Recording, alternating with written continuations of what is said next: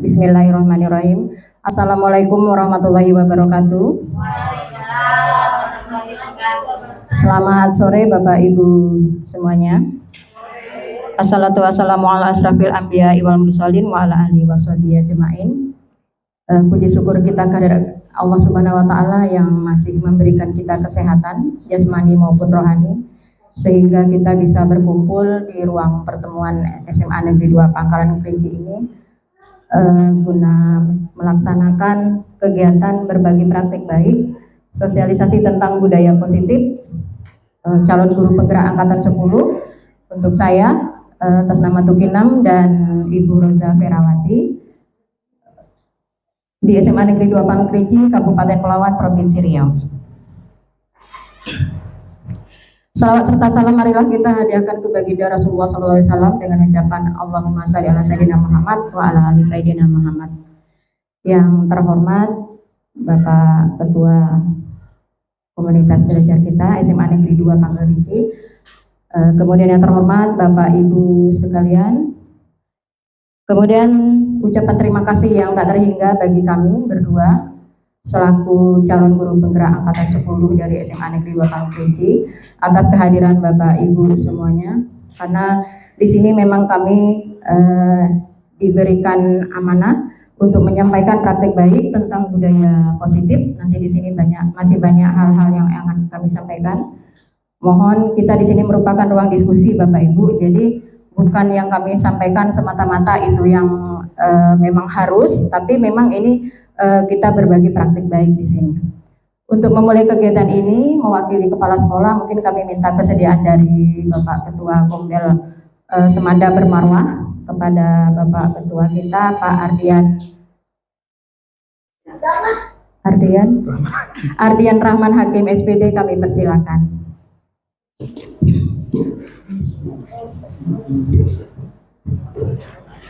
Bismillahirrahmanirrahim. Assalamualaikum warahmatullahi wabarakatuh. Waalaikumsalam warahmatullahi wabarakatuh. Selamat siang Bapak Ibu semuanya. Yang saya hormati Bapak Ibu sekalian yang telah hadir pada kegiatan komunitas belajar pada siang hari ini dengan tema berbagi praktik baik daripada CDP angkatan 10. Ya, pertama-tama marilah kita mengucapkan puji syukur kepada Allah Subhanahu wa taala dan bahkan rahmat dan karunia-Nya sehingga kita dapat berkumpul pada siang hari ini. Yang kedua, salawat serta salam yang marilah kita haturkan kepada Nabi Muhammad SAW dengan mewariskan Allahumma shalli ala sayyidina Muhammad wa ala ali sayyidina Muhammad. Baik Bapak Ibu, jadi kegiatan berbagi terakhir kali ini salah satunya adalah mengenai sosialisasi budaya positif. Yang alhamdulillah dulu saya juga pernah berada pada tahap ini dan juga merasakan bagaimana mencoba untuk berbagi bersama rekan-rekan. Tapi poinnya ini sebenarnya kan hanya sekedar menjalankan tugas daripada CDP saja atau sebagai guru penggerak tugas. Tapi ini juga merupakan adalah bagian dari tugas kita semua sebagai guru untuk persamaan persepsi mengenai budaya positif ini. Karena siswa pada saat ini mungkin tidak sama lagi dengan siswa pada masa lalu. Jadi tentu kita juga menjadi siswa sesuai dengan keadaan konteks zaman dan keadaan alumni.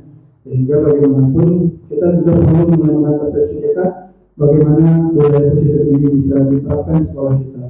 Memang kalau dilihat secara teori memang bagus ya, dan rasanya mungkin kita berpikir mungkin diterapkan di sini, tapi mungkin tidak ada salahnya kita mencoba ya kita pahami apa yang nanti akan disampaikan oleh Bu Ibu sama Bu Roza. Semoga kita bisa dapat mengaplikasikan. Tidak semuanya mungkin sedikit-sedikit yang bisa kita aplikasikan di sekolah kita. Dan sehingga lingkungan sekolah kita itu memang lingkungan yang berbeda positif, ya. Sehingga mungkin kedepannya bisa menjadi lebih baik lagi daripada sebelumnya. Ya, maka untuk itu marilah sama-sama kita perhatikan apa yang akan disampaikan oleh beliau berdua. Semoga bisa bermanfaat bagi kita semua dan bisa kita aplikasikan dalam selama kita melaksanakan tugas kita sebagai guru. Mungkin itu saja yang bisa saya sampaikan. Kurang lebihnya mohon maaf. Assalamualaikum warahmatullahi wabarakatuh. Waalaikumsalam warahmatullahi wabarakatuh. Terima kasih kepada Pak Ardian. Kami juga mohon tunjuk ajarnya kepada senior kami, tentunya Pak Ardian dengan Pak Widianto. Mohon tunjuk ajarnya karena kami juga baru memulai selama baru lebih kurang 2 bulan. Kemudian dengan rekan-rekan kami yang lain juga, Bapak Ibu semuanya, kami mohon dukungannya dan supportnya yang selama ini sudah kami rasakan sangat positif. Baik, untuk tidak memperpanjang waktu, kita persilahkan kepada Ibu Roza Perawati SPDI. Untuk yang pertama ini kami berbagi materi. Yang pertama akan disampaikan kepada Ibu Roza. Kepada Ibu Roza dipersilakan. Bismillahirrahmanirrahim. Assalamualaikum warahmatullahi wabarakatuh. Selamat siang.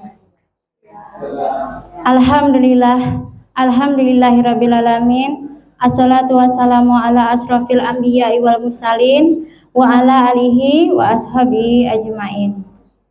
Puji syukur kehadiran Allah Subhanahu wa taala yang telah memberikan kita kesempatan, kesehatan sehingga kita bisa berkumpul di ruangan yang cukup nyaman dari fasilitas sekolah dengan makanan dan minuman yang berkah insya Allah dari kami untuk Bapak dan Ibu untuk mendukung kegiatan kami dengan bersama-sama kita mengucapkan Alhamdulillahirrabbilalamin. Selawat beriring salam marilah kita ucapkan kepada junjungan kita Nabi besar Muhammad SAW dengan ucapan Allahumma sholli ala sayyidina Muhammad wa ala alihi sayyidina Muhammad. Semoga dengan sering-seringnya kita berselawat kita mendapat syafaatnya di yaumil mahsyar nantinya. Amin amin ya rabbal alamin.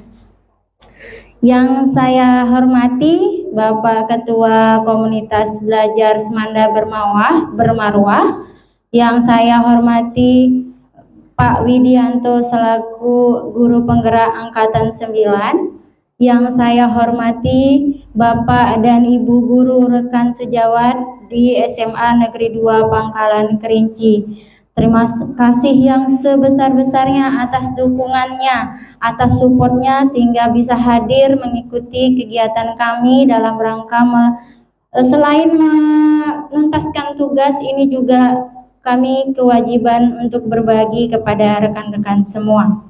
Berdirinya saya di sini bukan karena saya ingin menggurui atau bukan karena saya lebih tahu, hanya saja saya diberikan kesempatan duluan dari teman-teman setelah Pak Widi dan Pak Yulidin sebelumnya untuk bisa berbagi informasi, berbagi pengetahuan dan wawasan terkait filosofi pendidikan Ki Hajar Dewantara dan kaitannya dengan kurikulum Merdeka. Nah, langsung saja Pak Bu, karena materi memang cukup padat. Nah, ini logo pertama memang kami ambil dari Bapak Pendidikan, Bapak Ki Hajar Dewantara, dengan sekarang kurikulum kita adalah kurikulum Merdeka.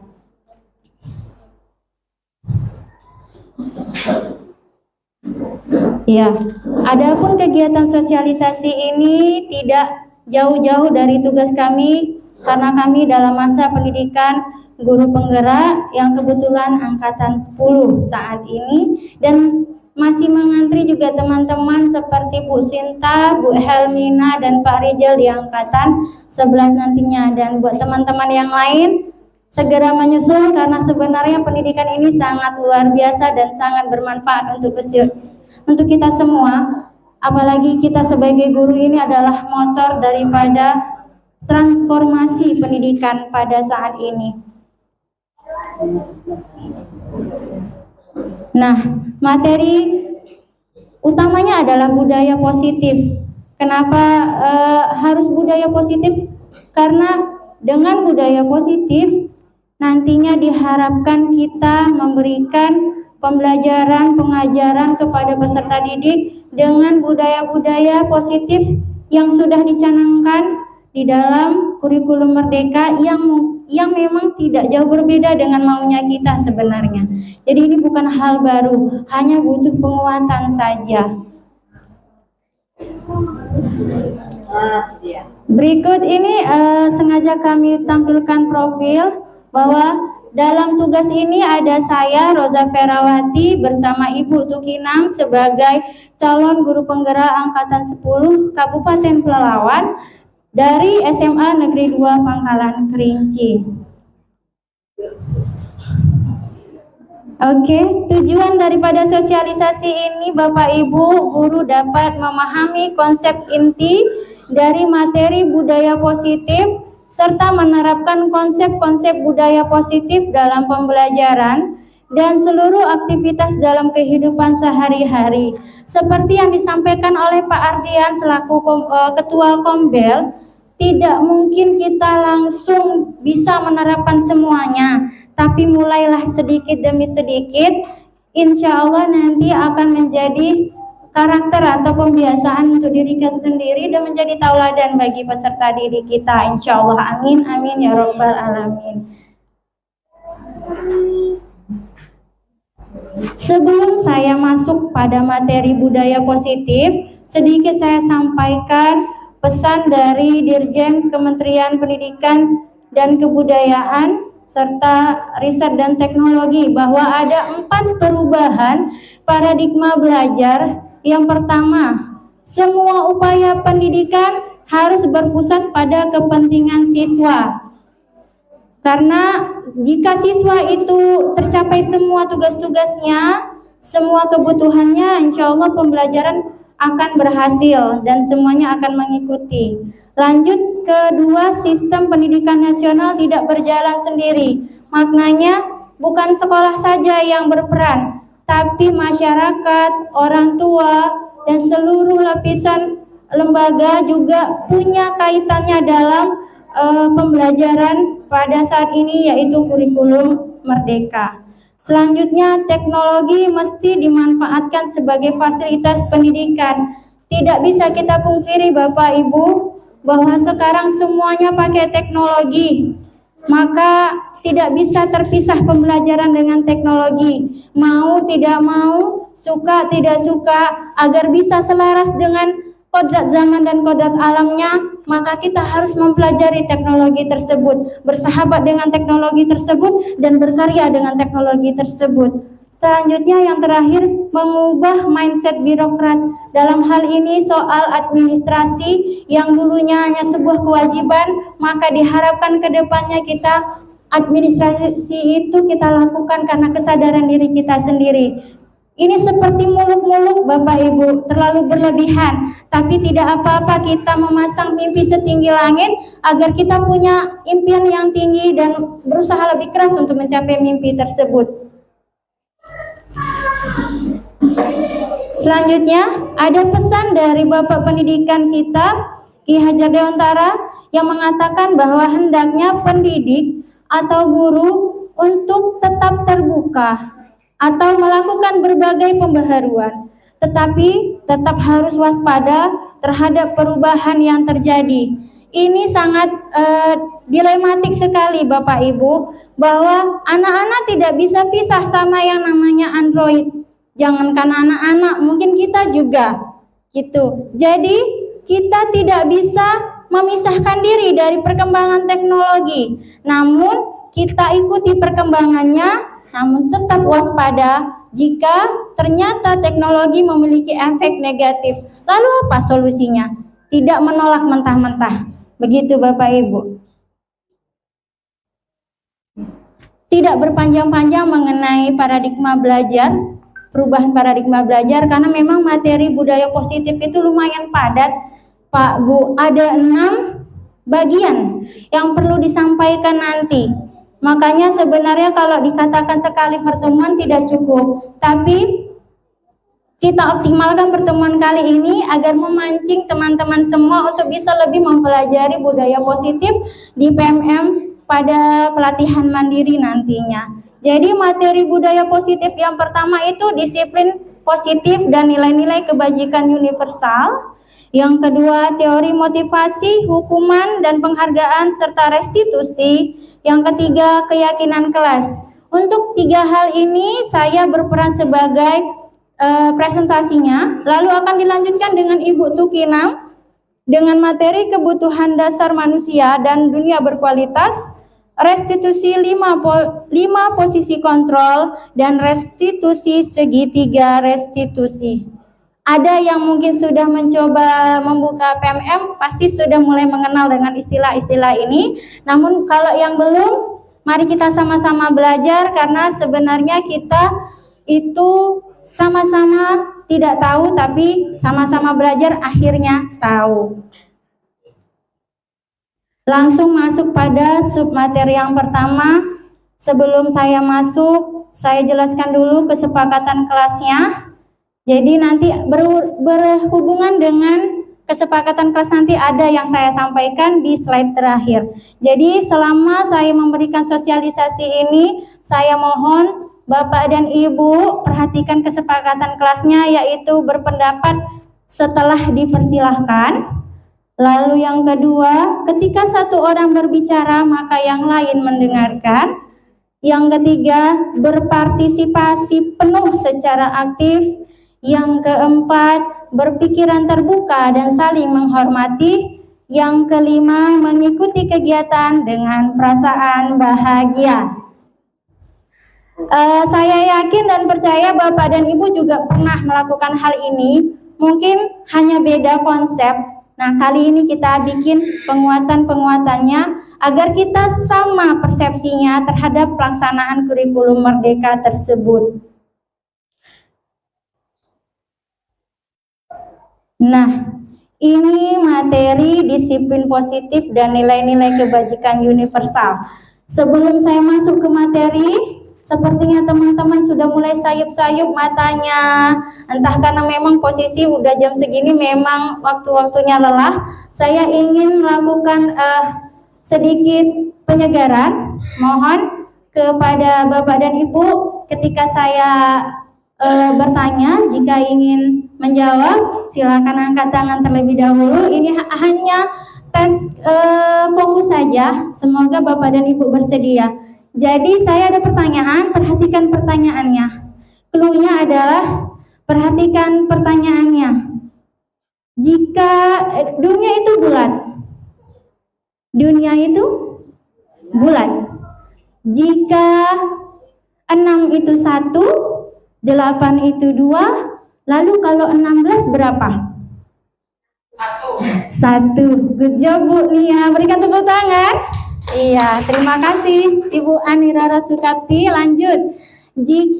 Clue-nya adalah dunia itu bulat. Jika 8 itu 2, 8, 6 itu 3, maka 9 itu berapa? 1. Oke, sepertinya ice breaking saya ini basi ya kan? Ternyata teman-teman udah biasa. Oke, saya naikkan levelnya. Gitu. Clue-nya adalah 26. Clue-nya adalah 26. Jika Medan itu 13, Jakarta itu 10, maka Dumai ada berapa? Dumai adalah 4. Gitu Pak Zekri, thank you, terima kasih. Pak Zekri paham? Oke, lanjut. Mudah-mudahan ada yang menyusul. Clue-nya adalah 26. Jika Jakarta itu 10, Dumai itu 4, Cilacap itu 3. Diborong sama Pak Zekri. Berikan tepuk tangan semuanya. Alhamdulillah, ternyata fokusnya buat materi saya kali ini luar biasa. Terima kasih Bapak Ibu atas kerjasamanya. Kita masuk lagi ke materi disiplin positif dan nilai-nilai kebajikan universal. Ya, jadi disiplin positif itu apa sebenarnya? Disiplin positif itu upaya menumbuhkan disiplin yang didorong dari dalam diri anak tanpa hukuman ataupun penghargaan. Jadi yang sekarang ini bukan saja ibu dan bapak saya sendiri tuh masih iming-iming penghargaan. Kalau anak mau saya kasih ini gitu. Maunya disiplin positif tidak seperti itu, Pak, Bu. Tidak perlu ada hukuman, tidak perlu ada penghargaan, tapi kesadaran dari dalam diri sendiri. Sulit dong, Bu Roza. Emang, tapi bukan berarti tidak bisa. Cuman mulai aja dari awal. Dari awal bagaimana supaya kita dalam pembelajaran tidak terbiasa memberikan hukuman ataupun penghargaan. Lanjut, tujuan dari disiplin positif itu sendiri adalah menanamkan motivasi. Yang ketiga, nanti ada kaitannya sama materi saya nanti pada murid-murid kita, yaitu menjadi orang yang mereka inginkan. Mereka maunya jadi seperti apa? Jarang sekali anak itu ingin jadi yang negatif. Pasti senegatif-negatifnya anak, pasti dia mau jadi orang yang baik. Cuman kadang mereka berperilaku bertolak belakang dengan apa yang mereka inginkan karena A dan U, I, segala macam. Ada alasannya. Dan nilai-nilai yang mereka percaya.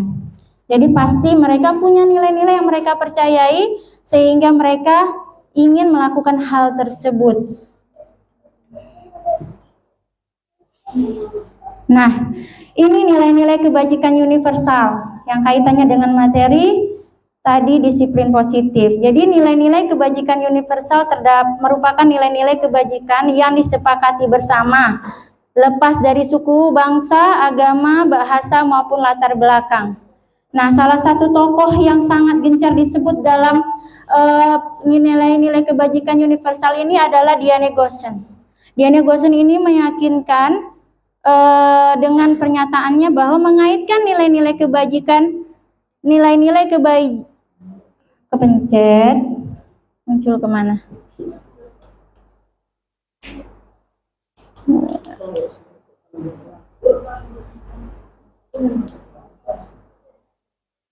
Nah, nilai-nilai kebajikan yang diyakini seseorang, maka motivasi intrinsiknya akan terbangun sehingga menggerakkan motivasi dari dalam untuk dapat mencapai tujuan mulia yang diinginkan. Selama ini Bapak dan Ibu, anak-anak melakukan sesuatu, ada dua hal itu pada umumnya, bukan berarti seluruhnya. Pada umumnya untuk menghindari hukuman atau untuk mendapatkan penghargaan. Nah, melalui disiplin positif dan nilai-nilai kebajikan, kita mengubahnya supaya anak-anak melakukannya itu dari dalam diri, atas kesadaran dirinya sendiri, atau biasa disebut dengan motivasi intrinsik. Nah, nilai-nilai kebajikan ini yang sekarang sebenarnya selalu kita lakukan. Kita lakukan seperti kalau yang terkenal itu yang profil pelajar Pancasila. Berkebinekaan global, gotong royong, bernalar kritis, itu adalah nilai-nilai kebajikan. Atau saling menolong, menghargai, disiplin, budaya antri, dan lain sebagainya. Banyak sekali budaya positif yang tanpa sengaja memang sudah kita terapkan dalam pembelajaran kita. Namun, kita tidak menamakan kegiatan tersebut. Nah, sekarang ada namanya, yaitu nilai-nilai kebajikan. Tujuan penamaan ini agar kita menyadari bahwa kita sudah melakukan penguatan-penguatan tersebut, namun perlu kita terapkan secara konsisten dan berkelanjutan.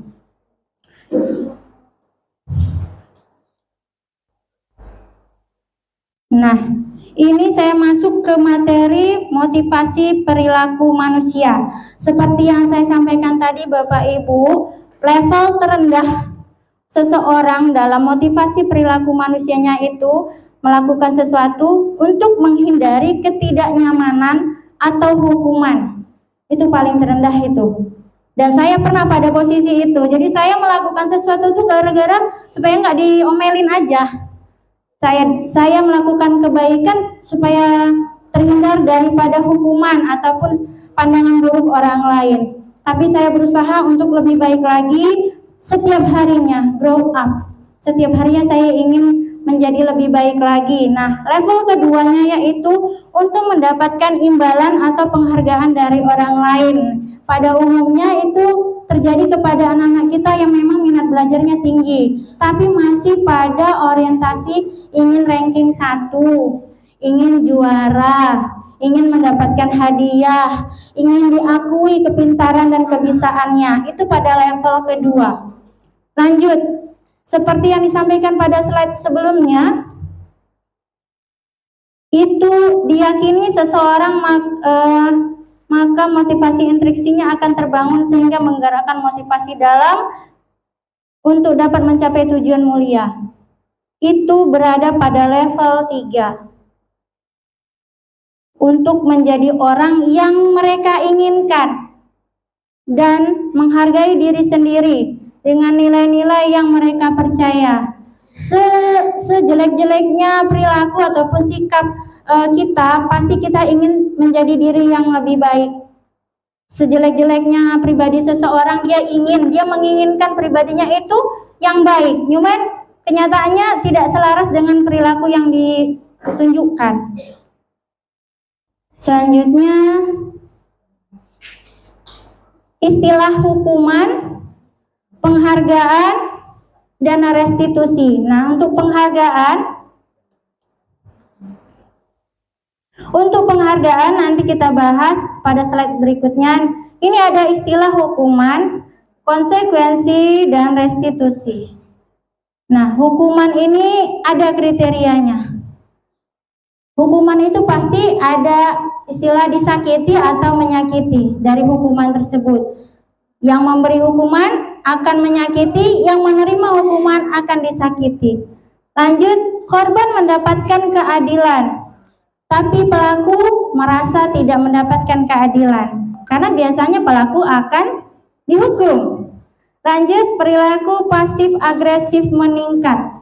Jadi terjadi pergejolakan terhadap hukuman yang diberikan. Maka yang terjadi itu penolakan ataupun ketidakdisiplinan akan muncul pada hukuman. Padahal harapan kita membuat hukuman itu biar jerah, biar kapok anak-anaknya, Bu. Iya, tapi nyatanya hukuman tidak berhasil memberikan sifat jerah. Bahkan ada beberapa hukuman itu membuat orang menjadi kebal, semakin berani melakukan kesalahan. Maka definisi hukuman tidak begitu bekerja dalam sistem ini. Lanjut, hukuman itu modenya paksaan, suka nggak suka, mau nggak mau ya harus. Lanjut, akhirnya dengan hukuman itu kita benci sama peraturan. Peraturan itu dibuat karena untuk dilanggar. Kebanyakan seperti itu. Lanjut, tidak berlaku pada anak yang tidak takut, seperti yang saya jelaskan sebelumnya. Untuk anak yang sudah kebal dengan segala hukuman di rumah, di masyarakat, dia akan menunjukkan pergolakannya di sekolah. Jadi apapun hukuman yang diberikan dianggap santai. Keluar kamu dari kelas ini, ya keluar ke kantin, ke lapangan, bahkan pulang. Karena nggak ngaruh. Rasa hukuman itu nggak ngaruh bagi anak yang tidak takut. Lanjut, konsep dirinya buruk. Terserah. Yang penting kan datang nggak datang, naik kelas.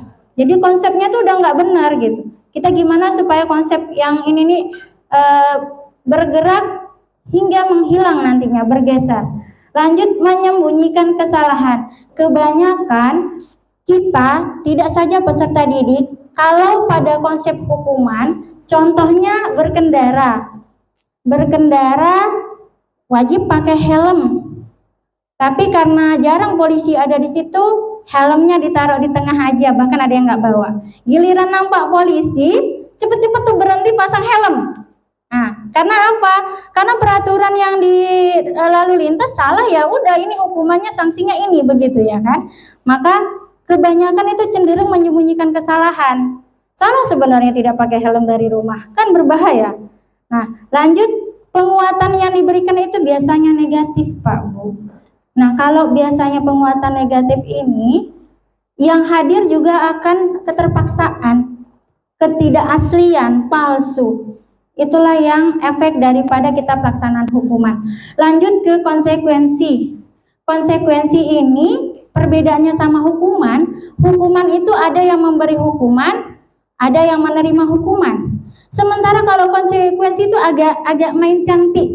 Kenapa saya bilang main cantik? Karena di konsekuensi itu ada kesepakatan di antara pihak satu dengan pihak lainnya, atau ada kesepakatan antara guru dan muridnya. Nah, hasil kesepakatan itu berlaku untuk siswa dan juga gurunya, tapi rasanya tidak nyaman.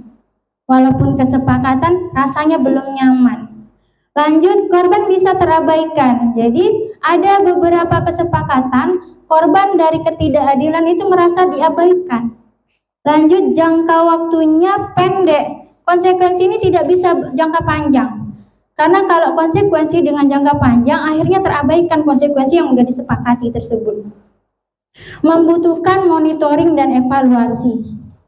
Jadi kalau konsekuensi ini nggak bisa berdiri sendiri, butuh yang namanya monitoring dan evaluasi dari pihak lain atau dari kedua belah pihak. Lanjut, menghormati peraturan. Nah, memang untuk konsekuensi itu ada naiknya sedikit. Kalau yang di hukuman itu kita benci, kebanyakan itu pesertanya yang udah terkena hukuman itu benci sama peraturan. Namun pada konsekuensi agak lumayan Pak Bu. Jadi dia agak menghormati karena tadi kan hukumannya sesuai dengan kesepakatan. Jadi tidak ada protes nanti di kemudian hari, udah kita sepakati di awal. Lanjut, ada stimulus respon, ada sebab dan akibat. Jadi kalau kamu terlambat, hukumannya belajar di luar kelas. Mau tidak mau, ya terpaksa belajar di luar kelas, tapi tidak nyaman dia melakukan tersebut. Mendorong kepatuhan. Nah, konsekuensi ini langkah awal mengajak peserta didik untuk melakukan kepatuhan terhadap peraturannya. Lanjut, konsep dirinya menjadi lebih baik dan belajar taat peraturan. Jadi kalau di hukuman peraturan itu dibuat untuk dilanggar, di konsekuensi itu udah berubah menjadi lebih taat peraturan karena konsekuensi itu kesepakatan. Jadi kedua belah pihak memiliki kesepakatan bersama. Lanjut ke penguatan yang diberikan dalam konsekuensi itu sifatnya positif. Misalnya terlambat terus disuruh belajar di depan kelas, duduknya di depan kelas. Setidaknya dia tidak tinggal pelajarannya. Lanjut ya Bapak Ibu. Nah, ini mungkin Bapak Ibu juga sudah mendengar istilah restitusi. Jadi restitusi ini sebenarnya itu mendapat ganti rugi kalau dalam perpajakan ataupun keuangan. Tapi masuk ke dalam dunia pendidikan, restitusi ini merupakan pilihan. Jadi tidak lagi kesepakatan, tapi pilihan yang dilakukan atas kesadaran dari orang tersebut. Lalu korban mendapat ganti, yang menjadi korban daripada tindakan itu mendapatkan gantinya, mendapatkan perbaikan. Lanjut, masalah terpecahkan dan belajar bertanggung jawab. Nah, untuk restitusi itu lebih berefek dalam jangka panjang karena atas kesadaran sendiri. Ada nilai-nilai universal, nilai-nilai kebajikan universal yang di dalam restitusi tersebut. Dengan teori kontrol. Kenapa dibilang teori kontrol? Karena harusnya yang mengontrol diri kita sendiri itu adalah kita sendiri, tanpa harus ada dorongan dari luar. Lanjut, konsep diri baik dan menghormati diri serta orang lain. Jadi di restitusi kita belajar, guru maupun peserta didik, bahkan masyarakat pada umumnya, untuk penerapan restitusi itu belajar bagaimana menghormati diri kita sendiri dan orang lain. Nah, tadi ada penghargaan. Tadi saya bilang anak-anak tidak perlu kita biasakan dengan hukuman maupun penghargaan. Penghargaan ini bisa dalam bentuk apa saja. Ya, bisa dengan pujian, bisa dengan tepuk tangan, bisa dengan hadiah dan lain sebagainya. Jadi penghargaan itu menurut Alfikon itu punya efek yang tidak bisa selalu baik. Penghargaan itu baik, nggak ada yang salah dengan penghargaan. Namun ada aturannya. Jika tidak sesuai dengan aturannya, maka ada 7 kemungkinan yang akan terjadi. Contohnya jangka pendek dan jangka panjang. Penghargaan dalam jangka pendek itu baik, tapi kalau terus-menerus penghargaan itu tidak ada lagi dinamikanya. Penghargaan terus dalam jangka panjang, good job terus. Anak-anak sampai hafal kalau saya masuk ke dalam kelas, ibu good job. Padahal sebenarnya itu bukan jangan sampai penghargaan itu jadi ikonik bagi kita pribadi. Lanjut, itu penghargaan merusak hubungan. Kenapa penghargaan bisa merusak hubungan? Mungkin Bapak dan Ibu bisa memberikan pendapat kenapa penghargaan itu bisa merusak hubungan. Siapa yang bisa bantu saya? Bagaimana menurut Bu Asni? Kenapa penghargaan bisa merusak hubungan? Oke, terima kasih Bu Asni. Kadang-kadang penghargaan itu menjadi momok. Jadi besoknya begitu juga seterusnya dia terus mengharapkan penghargaan gitu. Jadi dia tidak berpikir secara logis bahwa itu adalah kewajibannya atau memang harus dikerjakan. Menurut saya begitu. Tapi kalau salah apa-apa jawabannya apakah lagi ya. Oke, baik Bu Asni, memang nggak jauh berbeda tuh Bu Asni. Ya, Bu Lasma silakan. Gimana Bu? Kenapa penghargaan itu bisa merusak sebuah hubungan Bu? Sebenarnya penghargaan itu penting, Bu. Tapi penghargaan bisa merusak yang di sini, maksudnya anak itu yang sudah menerima penghargaan bisa satu saat tidak diberikan penghargaan, seolah-olah tidak memberikan motivasi ke dirinya, sehingga bisa membuat hubungan kira-kira begitu. Oke, terima kasih Bu Lasma. Berikan tepuk tangan buat Bu Lasma dan Bu Asni. Iya Bu. Nah, jadi tidak selamanya penghargaan itu baik ya kan Bu. Nah, kenapa penghargaan itu bisa merusak hubungan? Karena kalau saya puji terus Grace, mantap Grace, berikan tepuk tangan buat Grace, yang lain nggak saya kasih. Ada orang lain mungkin kecemburuan. Benar sekali Pak Rizal, ada kecemburuan. Jadi aturan mereka ini akrab berdua nih, Pak Rizal dan Grace. Akhirnya nggak usah lah Grace terus yang disebutin sama Bu Guru. Nah, padahal nggak itu tujuan penghargaan gitu. Lanjut, penghargaan menurunkan kualitas seperti yang disampaikan oleh Bu Asni. Kalau sering ngasihkan penghargaan, dia mengurangi kualitas karena dia udah tahu, alah nanti kalau buat PR paling cuma bilang good job. Atau buat PR, alah nilainya segitu-segitu aja, nggak usah rajin-rajin kali. Ibu tuh udah tahu tuh, pasti penghargaannya itu aja, menurunkan kualitas. Lanjut, menghukum ini, kenapa penghargaan menghukum? Boleh teman-teman bisa bantu nggak apa pendapatnya dikatakan penghargaan kok bisa menghukum, kan harusnya membahagiakan. Bisa? Ya silakan Pak Muiz. Iya, kenapa Pak penghargaan itu jadinya menghukum? Assalamualaikum warahmatullahi wabarakatuh. Waalaikumsalam warahmatullahi wabarakatuh. Nah, di situ ada penghargaan menghukum. Menurut saya, menghukum di sini itu kepada yang memberi penghargaan. Iya, merasa jadi beban dia kalau selama ini berikan penghargaan. Tahu-tahu kali ini dia masuk nggak ada untuk penghargaan dia.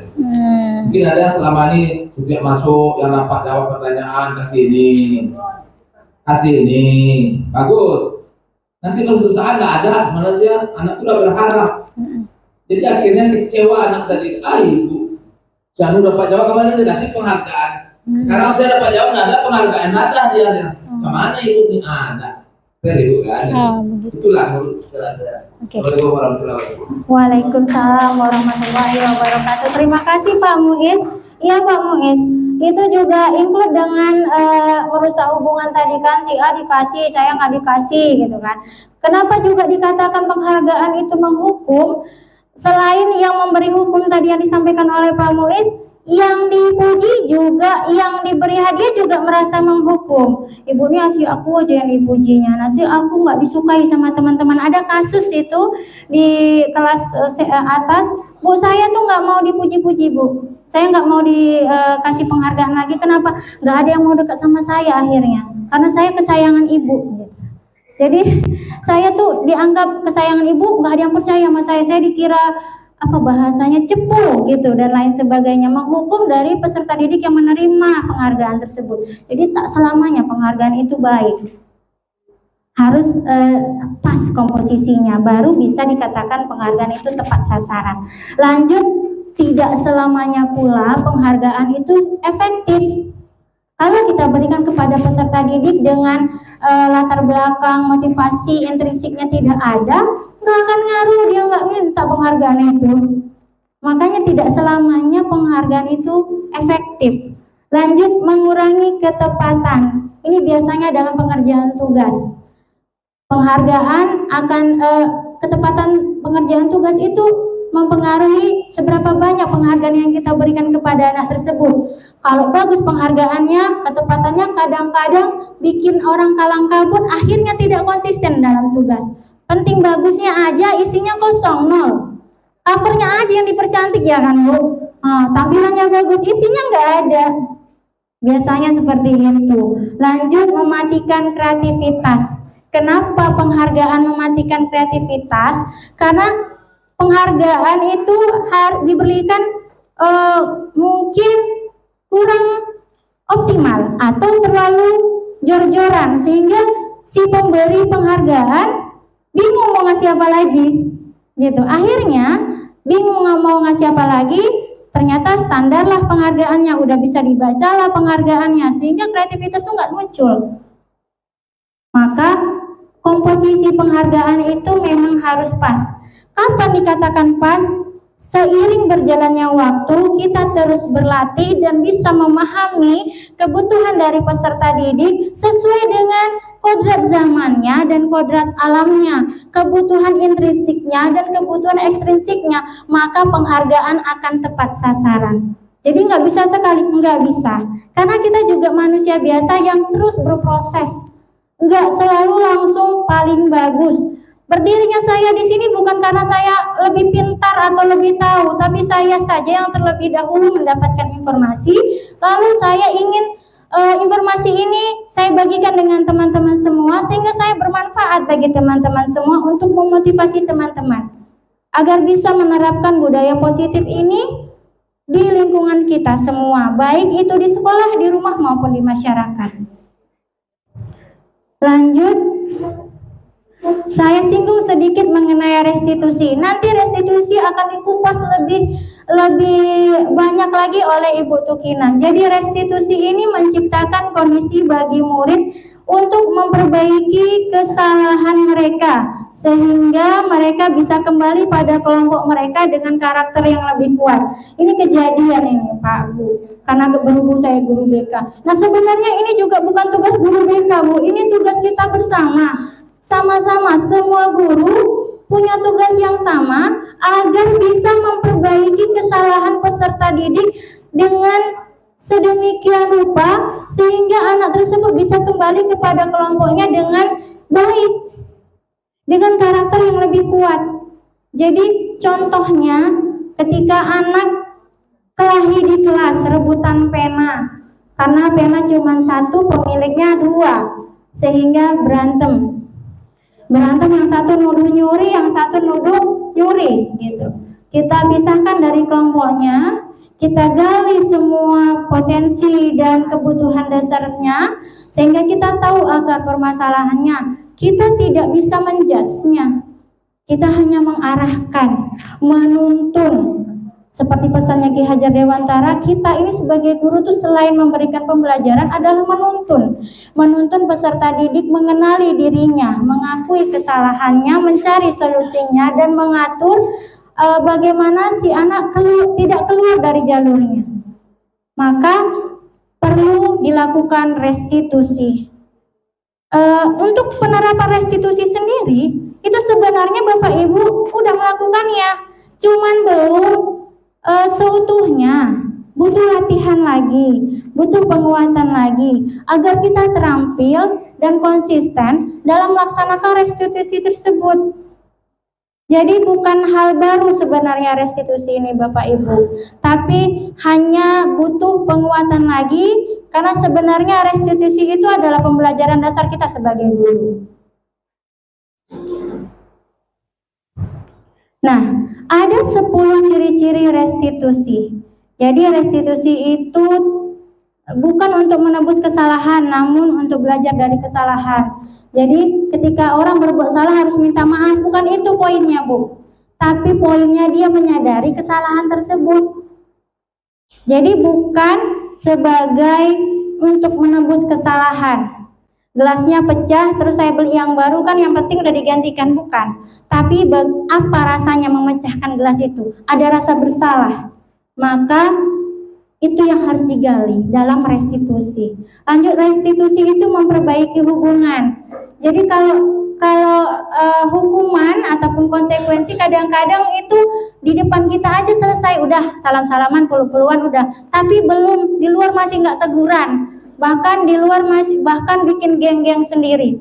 Lanjut, restitusi adalah tawaran, bukan paksaan. Jadi kalau biasanya pokoknya saya nggak mau tahu ya, karena kamu tidak mengerjakan tugas, ini tugasnya, lalu kerjakan.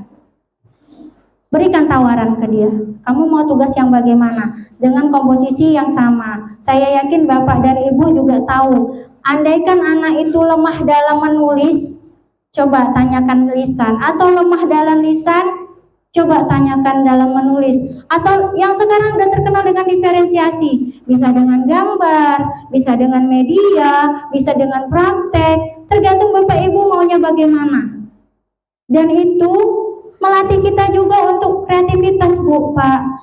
Jadi kita lebih terbuka untuk, oh iya, si anak itu nggak berani ngomong sehari-hari aja suaranya nggak keluar, disuruh presentasi di depan nggak akan cocok Pak, Bu. Maka cari yang sesuai. Lanjut, restitusi itu menuntun untuk melihat ke dalam diri. Seperti yang saya bilang tadi, terdiferensiasi. Maunya anak gimana? Bu, saya kalau ngomong di depan kelas nggak berani. Saya boleh nggak kalau makalah aja? Ya, arahkan dengan makalah dengan komposisi yang Ibu inginkan. Harus ada bab 1, bab 2, bab 3. Arahkan. Jangan dilepas begitu saja. Karena sedewasa-dewasanya usia 15, 16, 17 itu, tapi mereka belum bisa dilepas begitu saja dalam pembuatan tugas-tugas. Lanjut, restitusi mencari kebutuhan dasar yang mendasari tindakan. Nanti akan dijelaskan oleh Bu Tikinam, ada 5 kebutuhan dasar manusia yang harus dipenuhi sehingga bisa membentuk karakter yang prima. Lanjut, restitusi adalah cara yang paling baik. Kenapa dibilang adalah cara yang paling baik? Saking baiknya terjadi pergejolakan. Terus hukuman nggak ngaruh. Terus penghargaan nggak oke. Bukan nggak oke. Tapi restitusi itu lebih komplit. Di dalam restitusi akan tersirat hukuman, tapi sifatnya positif. Dia mempelajari diri sendiri itu sulit loh Bu. Mengakui kekurangan diri sendiri itu untuk diri kita sendiri itu sulit, karena kita merasa paling oke. Padahal dari lubuk hati paling dalam seoke-okenya saya itu tidak percaya diri sebenarnya, cuman keluarnya percaya diri gitu. Jadi untuk itu maka restitusi itu paling komplit. Ada di situ penghargaan, ada di situ hukuman yang tersirat, ada juga konsekuensi, maka terciptalah restitusi. Lanjut, restitusi fokus pada karakter bukan tindakan. Jadi kalau seperti kasus ya udah yang berantem baikan salaman ya, udah maaf-maafan ya gitu, itu kan tindakan. Kalau restitusi itu bukan tindakan, tapi bagaimana anak mengakui kesalahan, maaf ya, aku udah tahu salahku di sini. Itu akan sulit Bu. Butuh berjam-jam menunggu mereka bisa menyadari kesalahannya. Lalu restitusi itu menguatkan kita sebagai hubungan kita dengan siswa dengan guru dan lingkungannya. Lanjut, restitusi fokus pada solusi, tidak fokus kepada kenapa bisa berantem. Kenapa suka tidak masuk pelajaran saya? Kenapa kamu selalu melanggar disiplin sekolah? Enggak. Tapi kenapa yang kenapa itu diganti menjadi solusi? Kalau kamu sering terlambat, solusinya bagaimana? Bangun lebih pagi. Terlalu muluk-muluk lah bahasanya. Iya, memang terlalu muluk-muluk. Kita pasang yang paling tinggi persepsi kita agar kita bisa meraih persepsi tersebut. Lanjut, yang terakhir itu restitusi, mengembalikan murid yang berbuat salah kepada kelompoknya. Jadi mereka tidak memisahkan diri. Ketahuan berantem, ternyata yang satu yang salah, akhirnya malu ke kelas, Bu, karena saya yang salah. Harusnya setelah kita melakukan restitusi, anak percaya diri kembali ke kelas untuk memperbaiki kesalahannya berdasarkan langkah-langkah restitusi yang kita lakukan.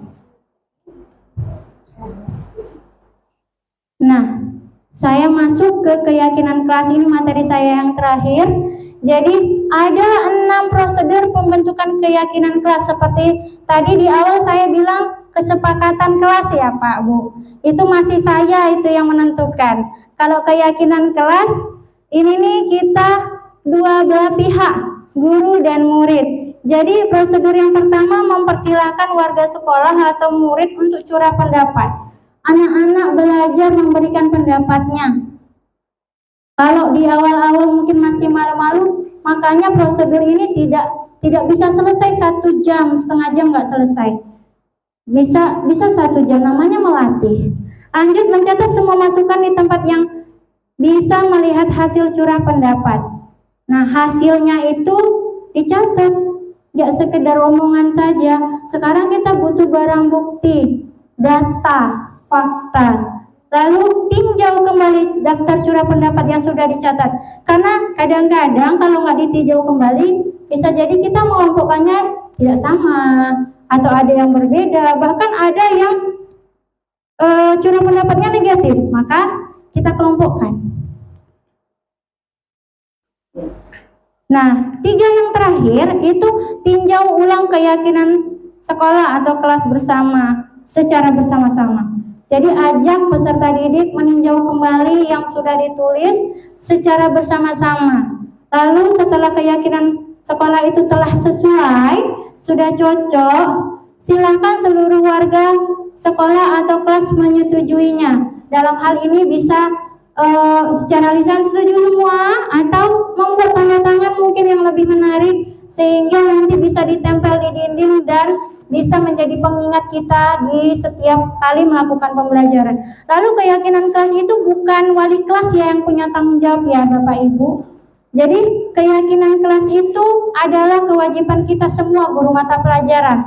Jadi ada keyakinan kelas yang kita ciptakan bersama anak-anak sehingga selama pembelajaran anak-anak akan menjunjung tinggi keyakinan kelas itu secara bersama-sama. Terakhir, setelah kita sudah membuat persetujuannya, kita melakukan keyakinan kelas itu ditempel di mana semua warga sekolah atau kelas dapat melihatnya, sehingga keyakinan kelas itu bukan sekedar omong kosong saja yang nantinya bisa ada yang ingat, ada yang enggak. Makanya dari awal saya bilang butuh data dan fakta, maka ditempel di dinding. Penuh dong Bu dinding di sekolah, di kelas. Kalau ada 16 guru mata pelajaran, gimana cara nempelnya itu gitu kan. Nah, maka disepakati ketika sudah 16 guru mata pelajaran, jika memang sesuai dengan 16-nya, sepakati ke 16-nya, tinjau kembali bersama-sama dengan peserta didiknya. Baiklah Bapak dan Ibu, sebenarnya kalau diikutkan dengan seluruh bagian-bagian di ketiga materi itu nggak selesai Bu, minta waktunya seminggu nih bolak-balik sosialisasi. Tapi ini hanya kulit-kulitnya aja, biar Bapak dan Ibu bisa lebih bersemangat mencari informasi dan melatih diri dengan melalui pelatihan mandiri di PMM. Ini ada sedikit praktik saya di kelas.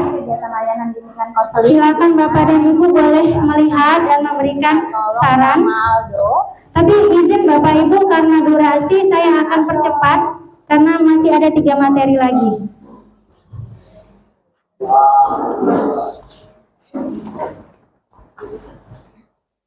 Iya, pembiasaan budaya positif, doa di awal udah biasa ya Pak Bu ya. Semua Bapak dan Ibu pasti melakukannya. Udah mau bantu Ibu untuk memimpin doa kali ini. Bismillahirrahmanirrahim. Iya, membuka dengan Assalamualaikum salam. warahmatullahi wabarakatuh. Izin saya percepat Bapak Ibu. Anut, misalnya disiplin, menghargai orang Ini saya lain. memberikan informasi kepada teman peserta didik mengenai disiplin positif, keyakinan kelas. Kan membuat Maklum masih amatir, videonya gelap. udah bagus. Nah, memberikan penguatan. Berlaku untuk kalian, berlaku juga buat Ibu. Nah. Tapi Itu penjelasan lagi. Nah, ini Bu, curah pendapat. acak ya. Dicek. Lalu kita lakukan pengelompokan. Ini seperti yang terlihat. Ke kertas berikutnya, tidak melawan guru, saling berinteraksi dengan perilaku. Nah, ini pengelompokan. Namanya rasa aman. Setelah kita tinjau kembali, maka berakhir kepada membuat pernyataan persetujuan. Dan akhirnya setelah ini kita lakukan menempelnya di dinding. Oke. Nah, setelah kita buat keyakinan kelas, Ibu mau tanya dulu. Diakhiri dengan refleksi. Ciko, apa perasaan? Oke. Kurang lebih seperti itu Bapak Ibu praktek saya di dalam kelas. Saya yakin dan percaya praktek saya bukan yang terbaik. Saya juga masih belajar Pak Bu. Karena kalau dari segi pengalaman saya yakin Bu Asni lebih banyak, Pak Widi, Pak Muiz itu lebih banyak pengalamannya, dan bukan berarti salah, namun memang ada proses yang perlu kita lakukan agar kita meningkatkan pembelajaran kita, karena kita adalah agen, kita adalah aktor utama dalam motor pergerakan transformasi pendidikan, agar pendidikan kita semakin merdeka, semakin baik ke depannya. Untuk presentasi berikutnya, saya mohon dengan segala hormat untuk Bu Tukinam bisa memberikan materi 3 terakhirnya. Kepada Ibu Tukinam, kami persilakan dengan segala hormat. Bismillahirrahmanirrahim. Assalamualaikum warahmatullahi wabarakatuh. Selamat sore Bapak Ibu sekalian. Terima kasih atas kehadiran Bapak Ibu yang masih bisa bertahan di sini. Saya berdiri di sini merupakan sambungan dari yang disampaikan sama Ibu Roza tadi. Saya dalam memberikan praktek baik budaya positif di SMA Negeri 2 Pangkalan Kerinci. Kemudian saya merupakan CGP Angkatan 10 dari SMA Negeri 2 Pangkalan Kerinci, Kabupaten Pelawan, Provinsi Riau. Baik Bapak Ibu, kita lanjut saja. Tadi sudah Bu Roza jelaskan masalah di budaya positif. Di dalam budaya positif ini ada lagi tentang kebutuhan dasar manusia dan dunia berkualitas. Nah, seperti kita lihat di layar, 5 kebutuhan dasar manusia. Yang pertama itu bertahan hidup. Bertahan hidup ini ada sandang, pangan, dan papan. Makanan, pakaian, tempat tinggal, keamanan, dan kesehatan. Itu merupakan hal pokok dan hal penting bagi kita semuanya ya Bapak Ibu. Kemudian yang kedua, kasih sayang dan rasa diterima. Rasa diterima, dipedulikan menjadi bagian tertentu. Siapapun kita, secuek apapun kita siswa, pasti dia ingin merasa diterima dan rasa sayang dengan guru dan teman-teman yang lainnya. Kemudian penguasaan. Penguasaan ini terkait dengan harga diri dan ingin dianggap. Nah, penguasaan. Ketika siswa kita berlari-lari di kelas, kadang-kadang kita kurang sabar. Padahal mereka lagi memposisikan diri sebagai penguasa. Dia ingin melihat bahwa dia itu berkuasa di kelas itu. Nah, itu ternyata termasuk dalam 5 kebutuhan dasar manusia yang harus terpenuhi. Selanjutnya kebebasan. Kebebasan mandiri, merasa mampu mengendalikan dirinya. Merasa berbuat kebebasan mengendalikan dirinya, tapi berpengaruh berefek kepada orang di sekitar mereka. Nah, ini termasuk dalam 5 kebutuhan dasar manusia. Kemudian yang kelimanya kesenangan, bermain, tertawa, bersenda gurau. Nah, ini juga sering dilakukan sama peserta didik kita ketika di kelas atau di luar kelas. Terkadang yang kita kurang sabar menanganinya. Kita menganggap mereka tertawa, mereka bergurau itu tidak memperhatikan kita, bahkan ada yang kadang-kadang tanpa sadar kita sebagai seorang guru merasa tersinggung dengan apa yang mereka ucapkan. Padahal mereka di situ hanya ingin memenuhi kebutuhan dasar yang mereka belum lakukan. Begitu ya Bapak Ibu. Selanjutnya, nah ini saya mengutip dari salah satu yang disampaikan dengan Ki Hajar Dewantara KHD. Kita ambil contoh perbandingannya dengan hidup tumbuh-tumbuhan seorang petani. Dalam hakikatnya sama kewajibannya dengan seorang pendidik. Nah, di sini seorang petani, di sini yang diungkapkan sama KHD bisa menuntun tumbuhnya padi. Ia dapat memperbaiki kondisi tanah, membuat tanaman itu subur. Itu yang bisa dilakukan dengan si petani, membasmi ulat-ulat yang ada di sekeliling tumbuh-tumbuhan itu. Itu juga yang dilakukan dengan seorang guru. Guru bisa membimbing anak, bisa mendidik anak, tapi guru tidak bisa memaksakan si anak A, misalnya si April harus menjadi si misalnya si Duta, nggak bisa. Tidak bisa. Jadi itu juga yang dilakukan dengan si petani. Petani hanya bisa bagaimana supaya anak ini subur, supaya tanamannya itu subur. Tetapi petani tidak bisa merubah satu tanaman, misalnya dari padi menjadi misalnya durian. Tidak bisa. Kecuali padi tidak tumbuh, ternyata yang tumbuh itu rumput. Nah, itu beda cerita ya Bapak Ibu. Baik, lanjut. Nah, di sini ada pertanyaan, ada 3 pertanyaan, mungkin nanti bisa dibantu setelah kita melihat tadi 5 kebutuhan dasar manusia. 5 kebutuhan dasar manusia itu jika terpenuhi, maka dunia kita, dunia seseorang itu terasa menjadi dunia yang berkualitas. Di sini ada pertanyaan nih Bapak Ibu. Sebutkan kebutuhan apa yang sedang berusaha dipenuhi oleh anak-anak di bawah ini. Aku senang main kejar-kejaran dengan ibu guru. Kira-kira kebutuhan apa di sini yang muncul? Bermain itu termasuk pada dalam kebutuhan apa tadi Bapak Ibu? Kesenangan, ya betul Bu Hera, kesenangan. Kemudian ibu guru bilang, aku tidak boleh bersenda gurau sewaktu mengerjakan tugas. Katanya kelas harus tenang, tidak ada suara.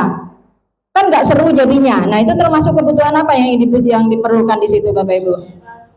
Kebebasan ya, dia ingin kebebasan, dia ingin mengerjakan tugasnya dengan mendengarkan lagu, dengan bersenandung, dengan membaca selawat mungkin ya, itu merupakan keinginan dia seperti itu. Nah kemudian menyetir mobil itu seru, kira-kira ini termasuk kebutuhan apa ini? Kebutuhan manusia tadi ada 5, bisa kita lihat di sini. Nah termasuk kalau menyetir mobil itu berarti termasuk dalam kebebasan, kesenangan, penguasaan, merasa bangga mungkin ya kalau bisa menyetir begitu ya, menyetir. Oke, selanjutnya. Nah, ketika 5 kebutuhan tadi bisa terpenuhi, maka dunia kita menjadi dunia berkualitas. Karena satu pun kebutuhan yang tertunda bagi diri kita, nggak usah peserta didik yang masih labil. Kita sebagai orang tua yang sudah lama menjadi guru, ketika ada kebutuhan satu saja yang tidak terpenuhi, maka kita akan ada yang seperti kehilangan. Nggak usah kita bohong. Misalnya kita sudah biasa ke sekolah bawa jam, mama pakai jam. Ketika di jalan kita nggak pakai jam, ada sesuatu hal yang tidak terpenuhi, merasa kita tidak pede. Itu yang saya rasakan. Kita sudah biasa, mohon maaf nih, memakai deodoran. Hari itu kita lupa memakai deodoran, kita pasti tidak akan pede untuk melakukan aktivitas di sekolah. Begitu. Itu namanya kebutuhan yang sangat mendasar bagi kita. Nah, di sini ada pertanyaan Bapak Ibu yang menggambarkan dunia berkualitas. Ini mungkin mana mikrofonnya tadi, tolong bantu Bu Roza. Coba mungkin siapa kira-kira yang bisa mengasih jawaban yang nomor 1? Siapakah orang-orang yang paling penting dalam hidup Bapak Ibu? Mungkin ada Bu Soni mungkin bisa menjawab. Siapa kira-kira yang paling penting dalam hidup Bu Soni? Seorang Bu Soni gitu loh. Dipersilakan Bu Soni.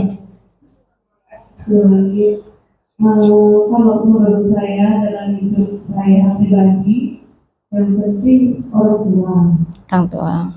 Boleh dibacakan atau cuma satu? Boleh, silakan. Bu Soni diberi kebebasan. Orang tua, kemudian suami, pasangan, anak-anak. Iya, benar. Ya, terima kasih Bu Soni.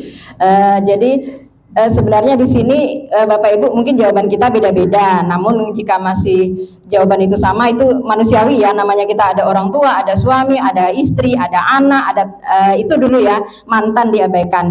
Kemudian yang nomor 2, nilai-nilai kebajikan apa yang terpenting dalam hidup kita? Kira-kira mungkin ada yang bisa ngasih masukan nilai-nilai kebajikan. Mungkin kita minta dari Bapak Ketua Kombel kali ini ya. Nilai-nilai kebajikan apa kira-kira Pak yang terpenting dalam hidup kita Pak? Karena kita orang beragama itu nilai agama. Nilai-nilai agama, benar. Ya, atau spiritual lah. Spiritual. Baik, benar sekali. Kalau jiwa spiritual kita udah bagus, otomatis yang lain mengikuti ya Pak ya. Terima kasih Pak. Kemudian pertanyaan nomor 3, kalau kita menjadi orang yang ideal, karakter atau sifat yang Anda paling inginkan pada diri kita itu seperti apa? Siapa yang bisa jawab di sini? Mungkin Pak Sutris? Nomor 3 kira-kira jawabannya seperti apa nih Pak Sutris? Kalau Pak Sutris menjadi orang yang sangat ideal, karakter atau sifat apa yang diinginkan dengan diri Pak Sutris gitu loh? Ideal. Yang saya inginkan kalau saya menjadi orang ideal, karakter yang saya atau sifat yang saya inginkan, yaitu saya itu menjadi diri saya sendiri, kemudian memiliki sifat yang lebih bermanfaat untuk orang lain dan tidak egois. Kemudian yang penting lagi adalah sifat sosial kita itu harus tetap dijaga. Oke, terima kasih Pak. Kemudian pertanyaan berikutnya coba saya minta tolong dari Pak Duta lah. Apa pencapaian Pak Duta yang sangat dibanggakan? Mungkin dari lahir sampai saat ini kira-kira pencapaian seperti apa kira-kira yang sangat dibanggakan? Terima kasih Bu. Menurut saya pencapaian yang sangat membanggakan bagi diri saya yaitu ketika saya pernah membelikan emas untuk ibu saya sebagai hadiah ulang tahun, walaupun itu bukan jumlah yang banyak gitu. Oke. Terima kasih. Masya Allah, kalau masih bujangan ya, tidak ada penghargaan yang paling tinggi kecuali dengan ibu ya, terutama orang tua kita ibu. Membelikan emas sekecil apapun, jika itu pemberian dari anak, saya rasa udah cukup bangga, sangat bangga sekali. Baik, nah ini ada restitusi 5 posisi kontrol. Nah, restitusi merupakan proses menciptakan kondisi bagi murid untuk memperbaiki kesalahan mereka agar bisa kembali ke kelompoknya dengan karakter yang lebih kuat. Nah, Bapak Ibu, di sini saya akan mengajak Bapak Ibu untuk melihat video, mendengarkan video yang sangat-sangat menginspiratif untuk kita semuanya. Saya mohon sebentar ya Bu, maaf. Karena ini video sangat bagus dan menginspirasi kita semua sebagai guru.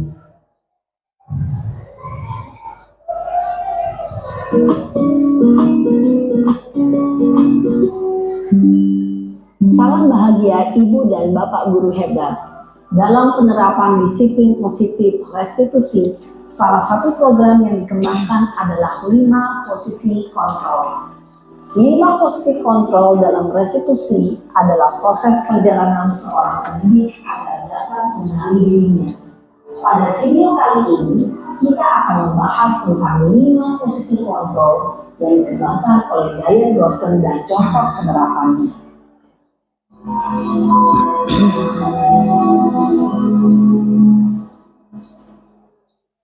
5 posisi kontrol itu adalah 1. Posisi penghukum. 2. Posisi pembuat merasa bersalah. 3. Posisi teman. 4. Posisi pemantau atau monitor. Dan 5. Posisi manajer. Untuk lebih memahami kelima posisi tersebut, mari kita saksikan kasus Naren yang terlambat hadir 20 menit di sekolah dan melihat bagaimana kelima posisi kontrol dalam menghadapi masalah tersebut.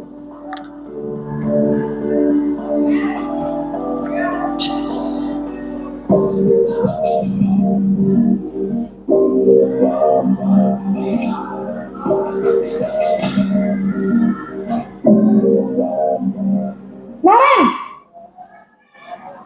sini kamu. Selamat pagi, Bu. Selalu terlambat. Kamu deh, pasti terlambat. Maaf, Bu. Saya Apa? Apa coba? Alasan kamu apa lagi? Kapan sih kamu tidak terlambat? Malas sekali ya kamu jadi anak. saya Dasar pemalas. Gak kapok-kapok sih kamu. Sudah berapa kali terlambat? Sana, kamu keliling lapangan basket 2 kali. Kenapa saya harus keliling lapangan basket, Bu? Kenapa? Kamu melawan ibu? Berani-beraninya jawab. Sudah terlambat, masih berani jawab pula. Sekarang, keliling lapangan basket 5 kali sekalian. Biar kapok. Cepat. Pergi sana ke lapangan basket. Posisi penghukum biasanya berbicara dengan nada tinggi, menghardik, menunjuk-nunjuk, menyakiti, dan menyindir. Hukuman bisa berupa fisik maupun psikis. Ibu dan bapak guru hebat. Dampak yang terjadi pada murid ketika guru berada pada posisi penghukum adalah murid cenderung akan memberontak, bahkan menyimpan dendam.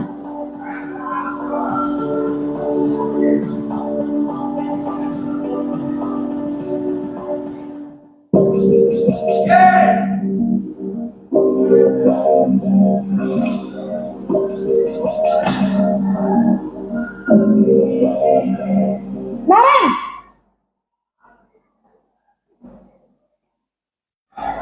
Selamat pagi, Bu. Naren, kamu kenapa terlambat lagi, nak? Ya Tuhan, Naren, kamu senang ya bikin ibu susah ya? Kalau kamu terlambat lagi, nanti ibu yang ditegur bapak kepala sekolah, nak. Disangka ibu tidak bisa membina kamu. Duh, gimana ini? Maaf, Bu.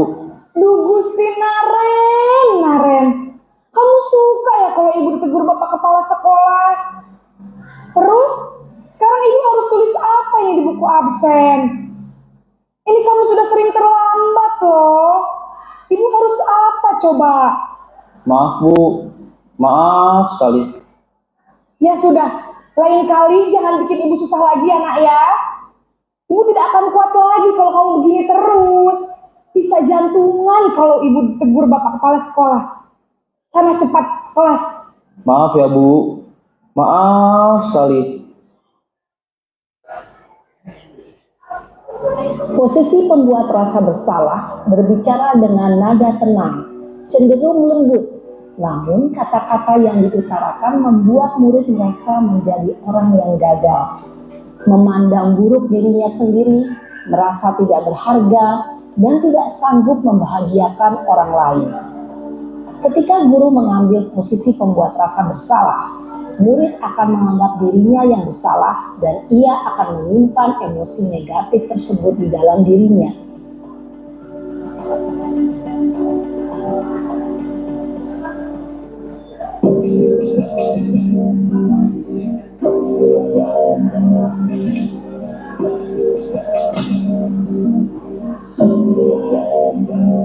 Naren!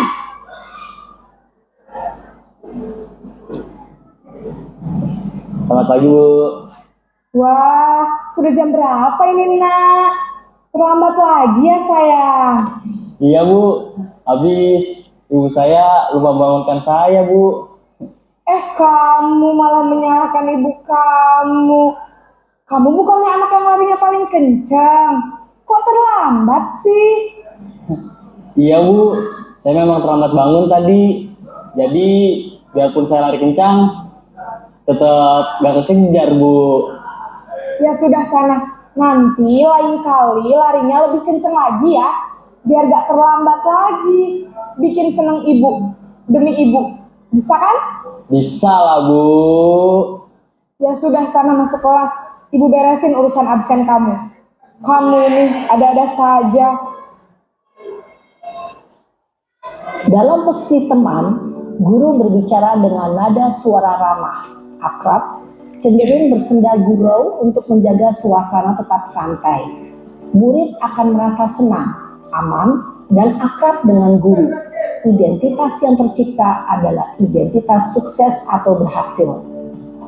Namun, perlu diingat, karena ini masih dorongan eksternal, maka ada faktor ketergantungan dari murid kepada orang tertentu. Di sini, guru absennya, sehingga di lain waktu, murid bisa berperilaku baik, namun hanya kepada orang-orang tertentu saja.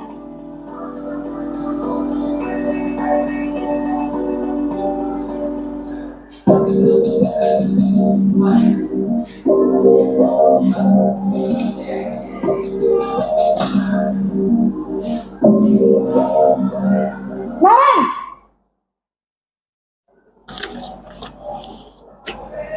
Selamat pagi, Bu. Naren, apa peraturan sekolah kita tentang jam berapa kita harus masuk sekolah, nak? Kita harus di sekolah jam 7, Bu. Iya, betul. Sekarang sudah jam 7.20. Naren sudah tahu konsekuensinya jika terlambat hadir. Paham, Bu. Saya harus tinggal kelas pas jam istirahat selama 20 menit. Iya, benar. Konsekuensinya demikian. Jadi nanti jam 9.30 pas istirahat, kamu harus tinggal di kelas, kerjakan tugas tambahan untuk ketertinggalan kamu, ya? Baik, Bu. Posisi pemantau mengandalkan penghitungan atau data untuk mengontrol murid. Guru mengarahkan murid berdasarkan peraturan dan konsekuensi. Seorang pemantau menunjukkan bahasa tubuh dan ekspresi wajah yang datar dan cenderung formal.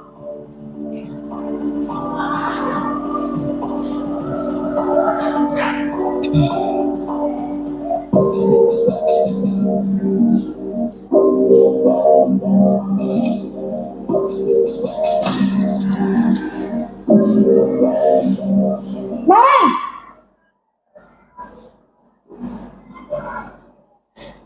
Selamat pagi, Bu. Selamat pagi, Naren. Maaf, Bu. Saya terlambat. Iya, sekolah masuknya jam 7, sekarang sudah jam 7.20.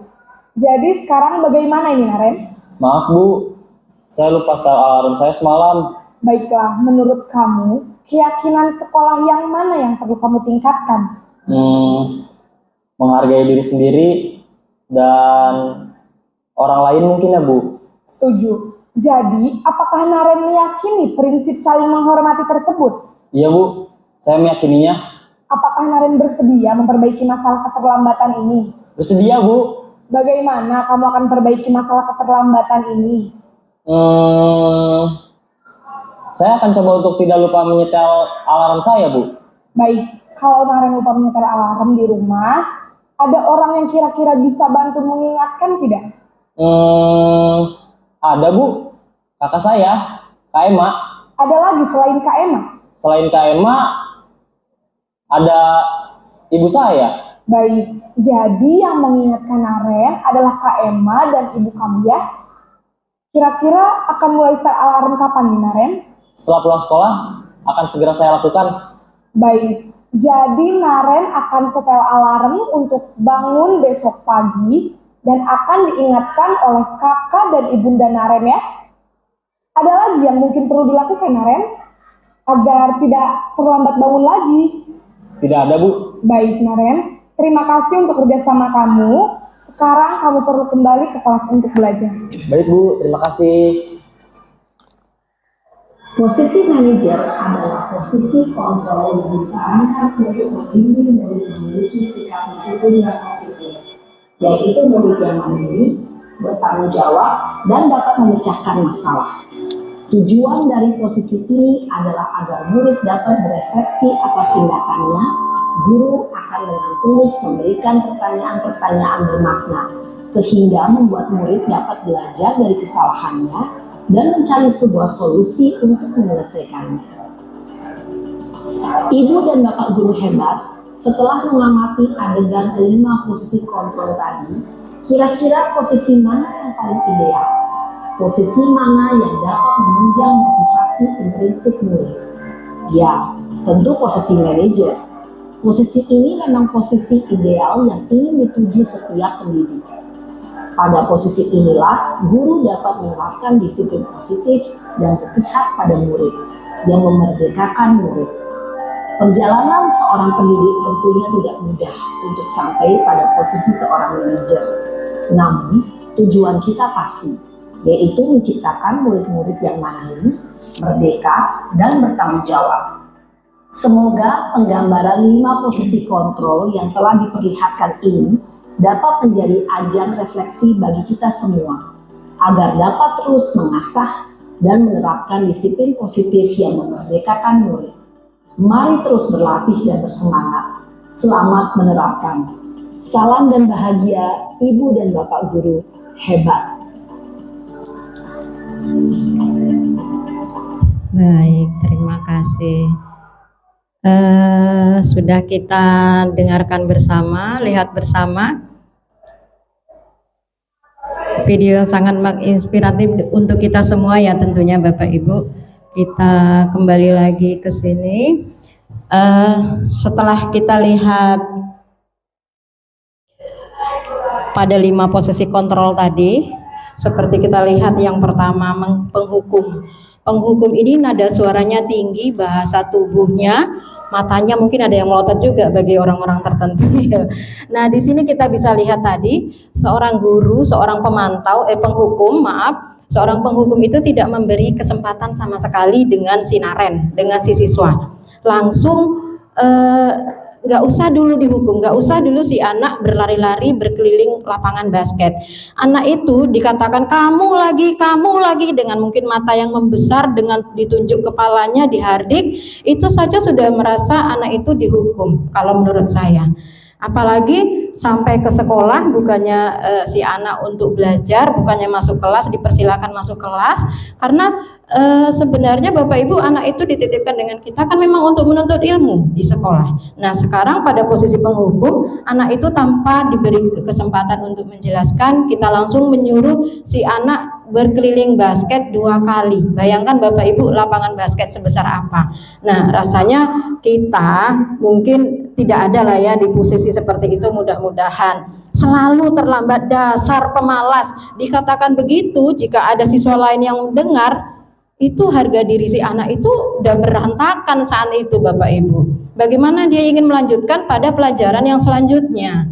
Nah kemudian pada posisi yang kedua, pembuat merasa bersalah. Nah di sini nada si guru sudah agak lembut, sudah agak menurun, namun membuat rasa bersalah. Tolonglah nak, di situ kan tadi ada kata-kata, kamu senang ya membuat ibu susah, kamu senang ya membuat ibu nanti kalau ibu sampai dipanggil sama kepala sekolah, dianggap ibu tidak bisa membimbing kamu. Nah itu kan kata-kata yang membuat anak merasa bersalah. Kita yang mengucapkan, anak yang merasa bersalah. Ketika hari itu anak sudah merasa bersalah, dia tidak akan mood lagi untuk mengikuti pembelajaran berikutnya, karena dia menghukum dirinya sendiri bahwa aku salah. Gara-gara aku, ibu guru itu ditegur sama kepala sekolah, kan begitu. Nah, jadi kita juga harus menghindari dari posisi kita sebagai pembuat merasa bersalah. Selanjutnya teman. Nah, di sini teman sangat baik, namanya kita berbicara dengan seorang teman atau seorang sahabat, ya. Seorang sahabat. Nah, di sini memang nadanya sangat rendah tadi, sangat rendah. Namun di sini negatifnya apa? Positifnya dulu kita ambil. Pada posisi guru sebagai teman, si siswa tidak merasa dihardik karena bahasa guru itu sangat-sangat rendah dan baik. Namun posisi negatifnya apa? Dampak negatifnya ada Bapak Ibu. Ini terjadi anak itu hanya nurut dengan kita sendiri. Dengan guru lain mungkin dia tidak nurut. Karena di situ ada bahasa yang bikin senang ibu ya nak. Naren hanya patuh, takutnya Naren itu hanya patuh dengan orang-orang tertentu. Ada bahasanya, ya sudah sana nanti urusan absen ibu yang beresin. Nah, di situ siswa merasa nyaman tapi dengan guru-guru tertentu. Ketika dengan guru lain dia tidak bisa tidak menerima perlakuan sebagai teman, dia akan melawan kembali ke zonanya sendiri lagi. Begitu. Kemudian pada posisi pemantau. Nah, pada posisi pemantau nada suara seorang guru itu sudah datar, bahasa tubuhnya terlalu formal. Nah, namanya pemantau. Pemantau itu kan sama dengan mengontrol. Nah, dikhawatirkan di sini sudah mulai seorang guru bertanya tentang keyakinan dan kesepakatan kelas sudah mulai bertanya, namun di sini tetap aja si guru itu mengontrol. Khawatirnya ketika guru itu lupa mengontrol, anak itu akan kembali lagi ke zonanya, bisa berbuat sesuka-suka dia begitu. Jadi kurang pas juga kalau kita pada posisi pemantau. Kita saja Bapak Ibu ketika kita dipantau terus, misalnya mohon maaf dengan kepala sekolah, kita merasa nggak nyaman, benar nggak kira-kira Bu Surtini? Oke, makasih. Pasti begitu. Oke, kemudian yang terakhir pada posisi manajer. Nada suaranya tulus, bahasa tubuhnya tidak kaku, mendekat ke murid. Nah, di sini siswa merasa dimanusiakan. Artinya apa? Selain kita berposisi sebagai manajer, kita juga mengajarkan mengajarkan peserta didik itu untuk menjadi manajer bagi dirinya sendiri. Nah, di sini kita lihat semua yang disampaikan dengan si Naren diberi kesempatan dengan seorang guru untuk menjelaskan alasannya kenapa ternyata dia telat ke sekolah karena bangunnya telat, rumahnya juga lumayan jauh, dia itu orang tuanya lupa membangunkan. Ada alasan-alasan yang bisa kita terima. Artinya di sini kemudian seorang guru juga mengasih kesempatan menanyakan dengan keyakinan. Inilah gunanya Bapak Ibu kita menetapkan keyakinan kelas tadi untuk kesepakatan seperti yang dijelaskan sama Ibu Roza di awal tadi. Itulah gunanya ketika kita sudah menetapkan keyakinan kesepakatan kelas untuk menjadi keyakinan kelas, di tahap manajer ini kita tinggal gampang. Kita tinggal menanyakan lagi, apa keyakinan kelas yang sudah kalian bikin? Kita nggak usah capek-capek menjelaskan. Anak itu sudah akan tahu sendiri bahwa keyakinan yang dilanggar tuh yang ini. Kita tidak usah repot. Nah, itulah gunanya kita membuat kesepakatan dan keyakinan kelas, terutama pada wali kelas ya Bapak Ibu.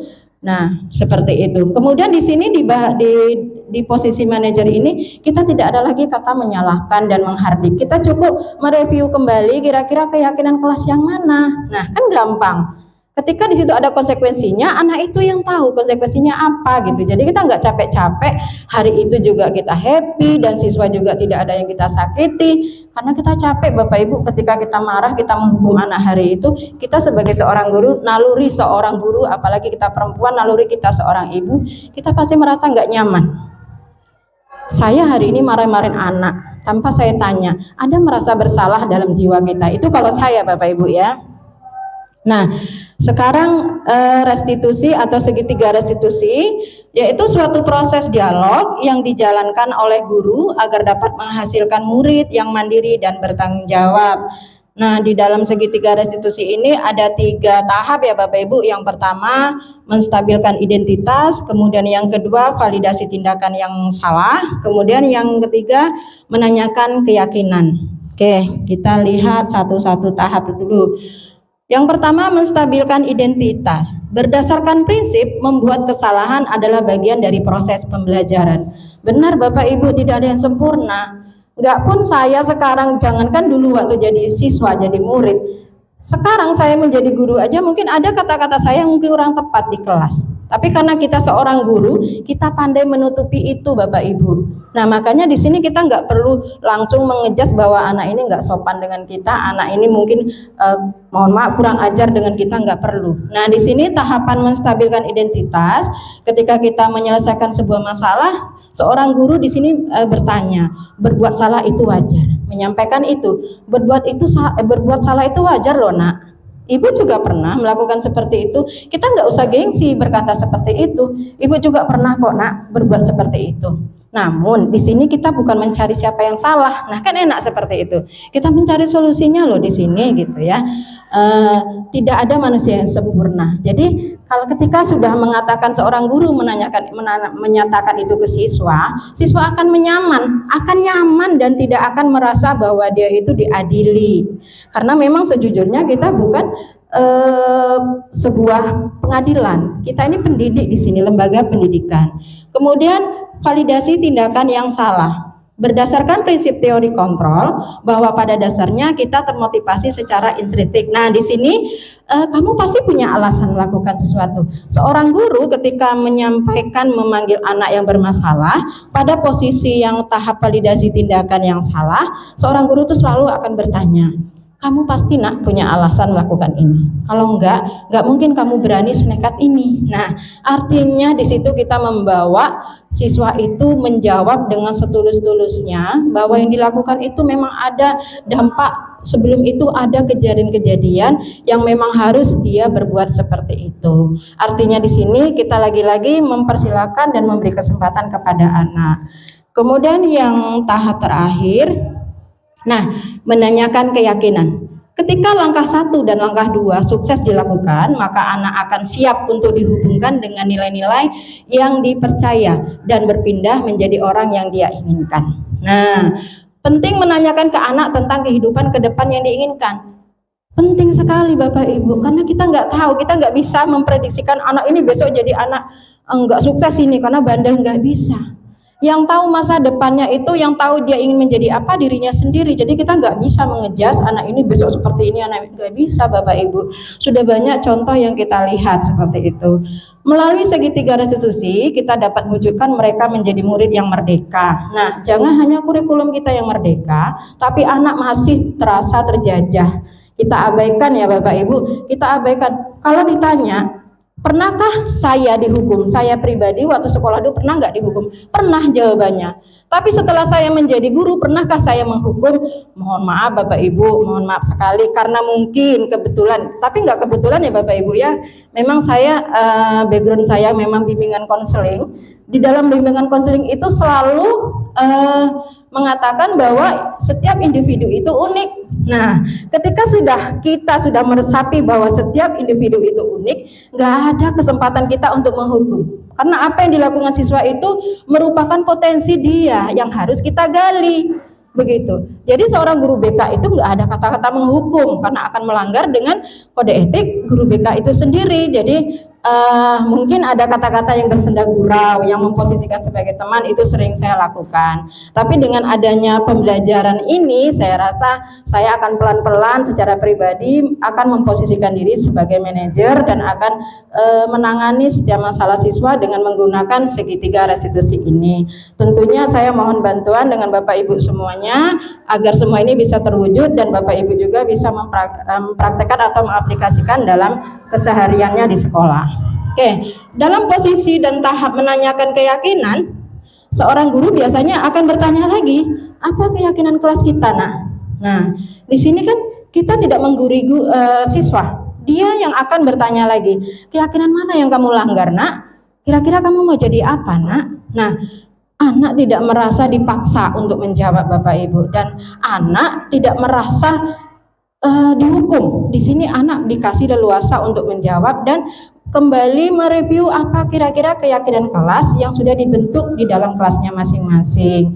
Nah, sedikit di sini mungkin saya akan menayangkan video lagi ya Bapak Ibu ya, menayangkan video sedikit tentang praktek saya dalam menangani siswa.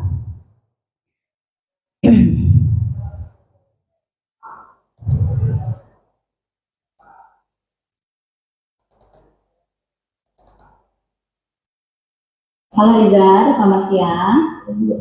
Lebih kurang begini ya Bapak Ibu. Kalau ada yang kurang-kurang nanti mohon dilengkapi lagi Bapak Ibu. Alhamdulillah. Kesehatan itu merupakan hal yang penting ya nak ya. Izar, kira-kira tahu nggak kenapa kamu dipanggil ke ruangan BK sekarang? Ya Bu, saya tahu atas permasalahan saya memukul teman kemarin Bu. Karena saya dipanas-panasi dan ditantang berantem dengan Revan Bu. Oh jadi begitu. Wajar kalau kamu kesal dan emosi. Mungkin jika ibu di posisi kamu, ibu juga melakukan hal yang sama. Oke. Lalu apa yang kamu lakukan terhadap si Revan? Saya sebagai cowok gengsi lah Bu. Kalau tidak memenuhi tantangan Revan mengajak duel, makanya saya datangi dan saya putus Revan. Begitu ya. Ibu yakin kamu melakukan hal senekat ini pasti ada alasannya. Iya Bu, saya kesal dituduh ganggu ceweknya dan berulang-ulang ditantang duel dengan Revan. Oh, jadi seperti itu alasannya. karena kamu terpancing emosi dari tuduh hal yang kamu tidak lakukan, terus kamu ditantang duel dengan si Rekan, begitu ya nak ya? Benar. Nah, sekarang coba kita ingat kembali, tindakan kamu memukul Rekan, kira-kira sesuai nggak dengan keyakinan kelas itu? Tidak. Baik, menurut kamu keyakinan kelas yang bagian mana yang sudah kamu langgar? Nah? Kenyamanan kelas dan saling menghargai. Iya, benar sekali nak. Terus menurut kamu membangun kenyamanan kelas itu, saling menghargai itu penting apa enggak sih? Sangat penting. Nah, penting, baik. Kalau menurut kamu hal itu penting, jadi keyakinan apa yang harus kamu lakukan pada saat kamu mendapatkan berita yang belum jelas? Apakah kamu langsung marah dan memukul? Saya harus lebih bersabar dan tidak akan langsung memukul. Alhamdulillah. Kamu bersedia memperbaiki masalah ini, nak? Bersedia bersama. Kira-kira apa yang ingin kamu lakukan untuk memperbaiki masalah ini, nak? Saya akan menjadi orang yang lebih sabar dan menahan amarah jika ditantang untuk duel atau hal negatif lain. Nah, ini yang ibu mau. Tepat sekali, Kak. Nah, semangat meraih masa depan, tetap menjadi pribadi yang baik. Sekarang silahkan kembali ke kelas untuk mengikuti pelajaran selanjutnya. Baik, Bu, terima kasih untuk hari ini, menjadi pembelajaran yang sangat berharga bagi saya. Selamat siang juga, nak.